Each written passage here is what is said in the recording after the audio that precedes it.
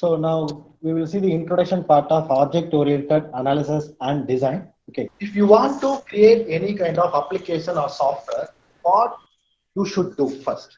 So you are all learned software engineering, right? So in that software engineering, we are having some kind of models. For example, we are having waterfall model. Yeah? So in that waterfall model, what we are going to do? So first thing is we have to analyze our project. That means our application. So what kind of application we are going to develop? So in that application, what are the operations we need to include? So for that operations, what are the data we need to collect, from where we need to collect? So whether we need to get the data from a user or we need to get the data from some other equipments. So this kind of informations first we have to gather, and also we need to collect the specifications from user side. So this only we are doing in starting part, that is analysis. Okay. So after analyzing these all informations, next what we will go for designing part, right? So this is the sufficient information to start our design part. Okay, so I'm having this kind of information, so I can start my designing part. So in the designing part, I will have my blueprint and block diagrams, architectural diagrams, component diagrams, right? So that component diagrams, architecture diagrams will define where I need to place my components, how my different components are communicating with each other. So this kind of information we are going to define in our second phase, that is our designing part. Okay. So after designing part is over, next what we will do, we will go for coding part. So once designing is ready, what we will do, we will go for coding. So in that coding, we are going to implementing our actual operations in coding. Okay. Then after that, we will go for testing. After testing, we are going to deploy our project. That means application to our client. Okay. So this is the normal approach, the traditional approach we are following. Okay. So when analysis and designing, we need to include this object oriented method also. It is very, very important part in our software engineering when you are going to develop some kind of application or software. Okay, so why it is very important means, இப்போ நீங்க வந்துட்டு ஒரு traditional அப்ரோச்சை use பண்ணி, if you are going to use one traditional approach to develop a project, develop an application. Okay, so traditional approachல நம்ம என்ன பண்ணுவோம் அப்படின்னு பாத்தீங்க அப்படின்னா, we will not define any specific operations, we will not define any specific data. Okay, you will have one procedure. So under that procedure, you will include all your operations, all your entities under that one procedure. Now you develop your project under that one procedure. Okay, so now you are going to implement your project. After some days or some time, that procedure will throw some error. Okay, so now what you will do, you need to test again that whole procedures. You need to recode that whole procedures. So it is very difficult. No, இப்போ நீங்க அதுல ஒரு error identify பண்ணிட்டீங்க, அந்த ஒரு error identify பண்ண எரரை fix பண்ணணும் நீங்க நினைச்சீங்க அப்படின்னா, you need to recode that whole procedure, you need to retest your whole procedure, you need to rewrite anything. ஓகேங்களா? ஸோ இது வந்து பாத்தீங்க அப்படின்னா it is a time consuming process, right? So அப்போ நான் என்ன பண்றேன், in that place I am going to use my object oriented approach. Okay, if we are using object oriented approach, what I will do is, in analysis part, first I will split my projects into different objects. Okay, different objects. That means discrete, we call it as discrete object. Discrete object is nothing but countable objects. I have boundaries. So within that boundary, I can create my objects, own objects for that particular object. For example, I am going to create a calculator application. Very simple application, calculator application. Okay, so you need to create this application using traditional method. So now I am talking about traditional method.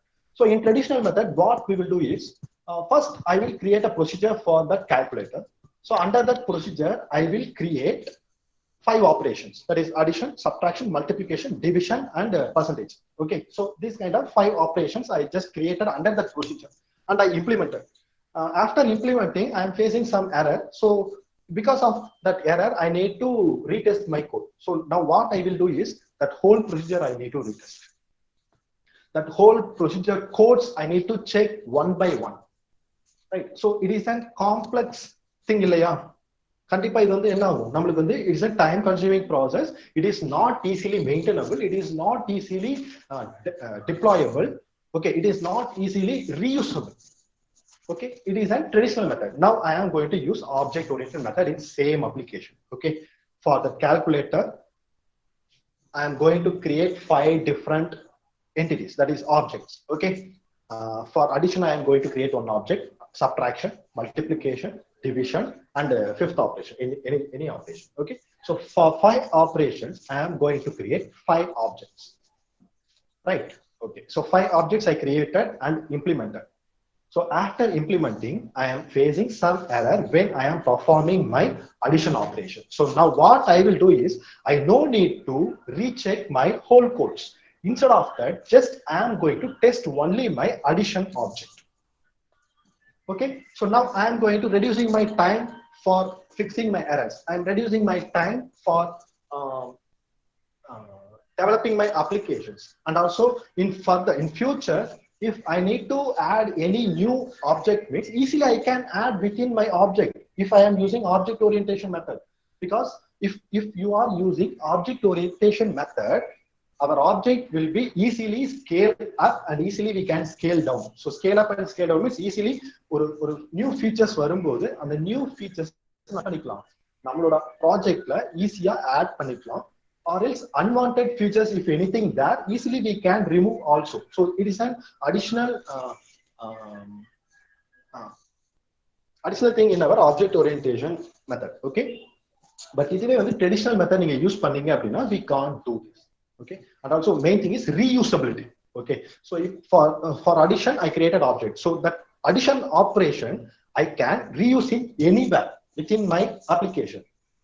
I can reuse it many times, as many times I can use it. There is no restriction for reusability. So when I am achieving my reusability concept, so that reusability is going to reducing my number of codes. For example, you are having 2 different classes. So 2 different classes you are going to use same object, right? Addition operation தான் நீங்க வந்து create பண்ண போறீங்க. ஓகேங்களா?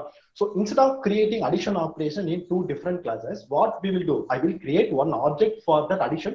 That addition will be reusable many number of times in different classes. So we are going to reducing our number of lines, number of codes in our project. So if we are going to reducing number of lines means obviously our project will be quality project.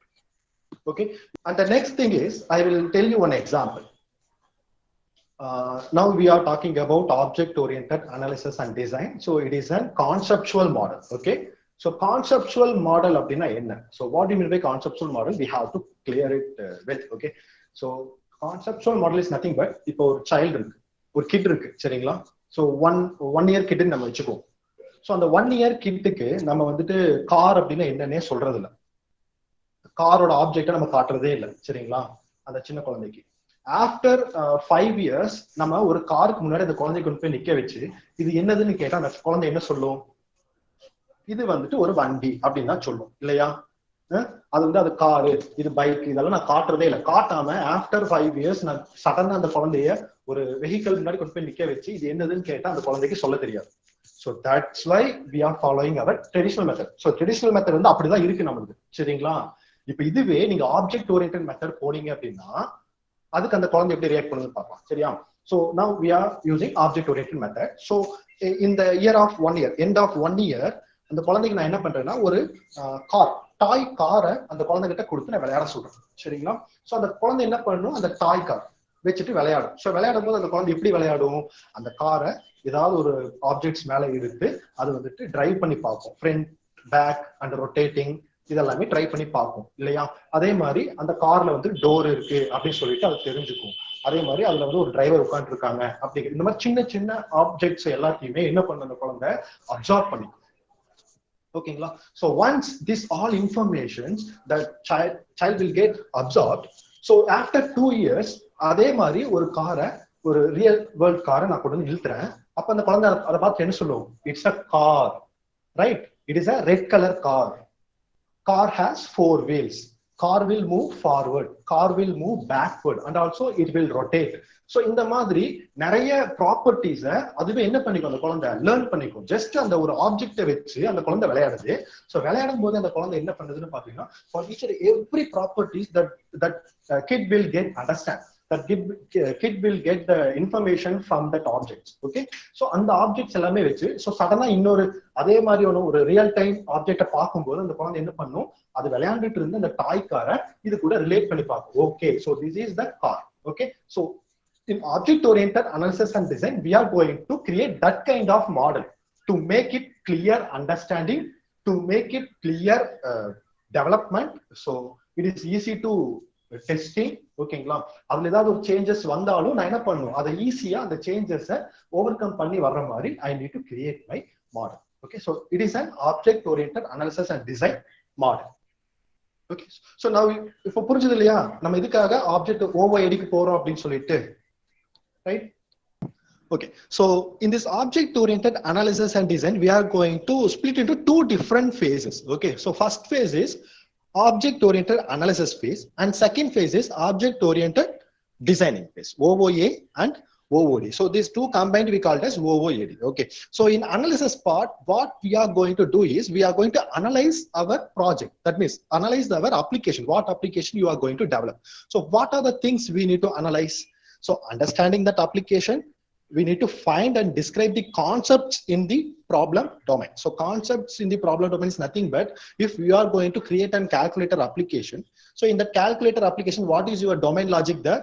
So addition, it is a domain logic, multiplication, division, subtraction, so each and everything it is a domain logic. So we need to find out these domain logics, domain concepts in our applications. Okay, then after that we need to understand how that domain logics are working.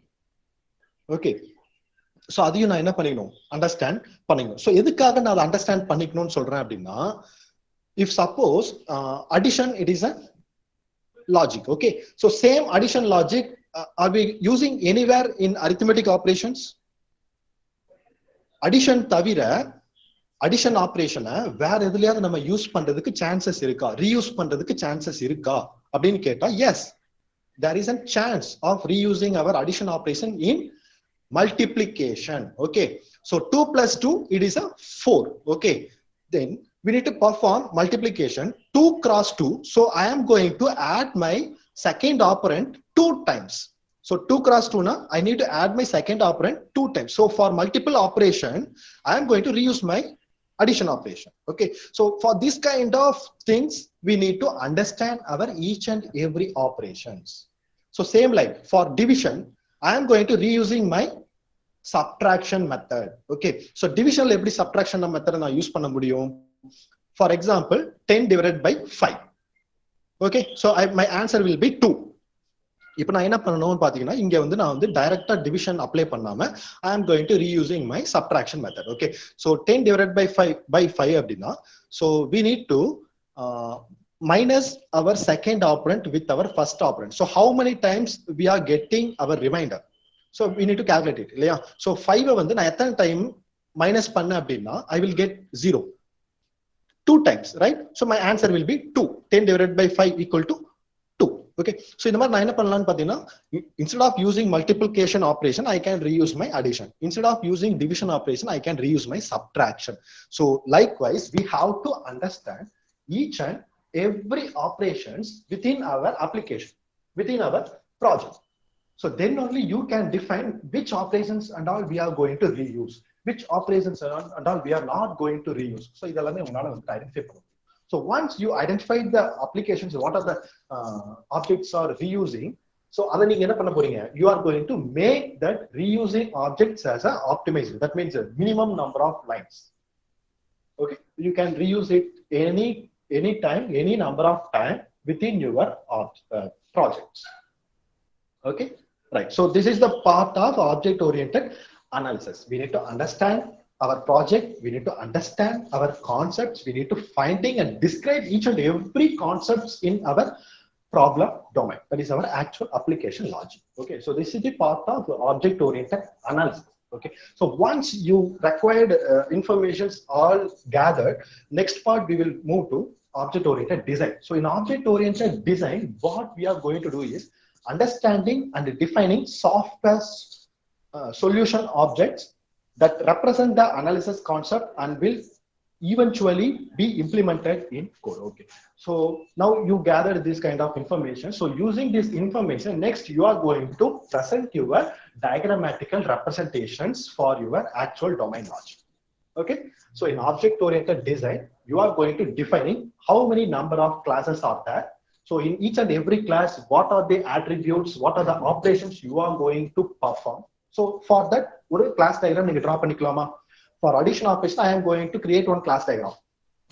For subtraction, I am going to create one class diagram. For division, I am going to create one class diagram. Okay. Or else, ஒரு calculator அப்படிங்கிற class குள்ளே நான் என்ன பண்ணிக்கலாம்? I can create a number of operations within my calculator class itself. Addition, subtraction, multiplication, division. So we are going to provide two parameters, A and B. Okay. So இதெல்லாம் நான் என்ன பண்ண போறேன் அப்படின்னா, I am going to define in diagrammatical representation. So to represent in diagrammatically, we are going to use UML diagrams, Unified Modeling Language. We call it as Unified Modeling and Modeling Language. Okay. So Unified Modeling Language, it is a diagrammatical representation of our whole components or packages or classes, objects, and the sequence of operations. So diagrammatically, we are going to present in our documentation. Okay. So in UML diagrams, we are having more number of diagrams like class diagram, use case diagram, then sequence diagram, collaboration diagram, communication diagram. Okay.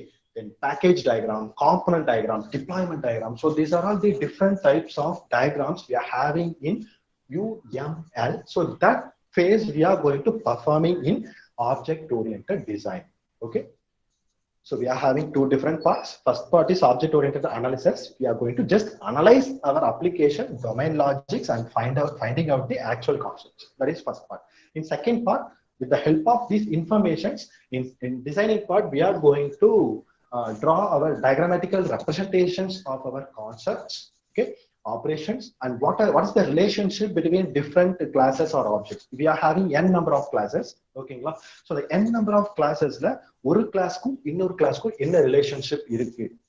So that relationship also we are going to define in our class diagram, whether it is inheritance relationship or there is a single relationship or it is a composition or aggregation, association. So these are all the different types of relationship. So these things we will discuss detail later. Okay, when we are starting our unit 1. So just now I am going to give these overviews, different types of diagrams. Okay. So this is the two part of OOLMA, object-oriented analysis and object-oriented design. So sometimes they will ask these questions in 2 marks. What do you mean by OOA? That is object-oriented analysis. What do you mean by OOD? Object-oriented design. Okay. So these two things you need to clearly get the points. Okay. Right.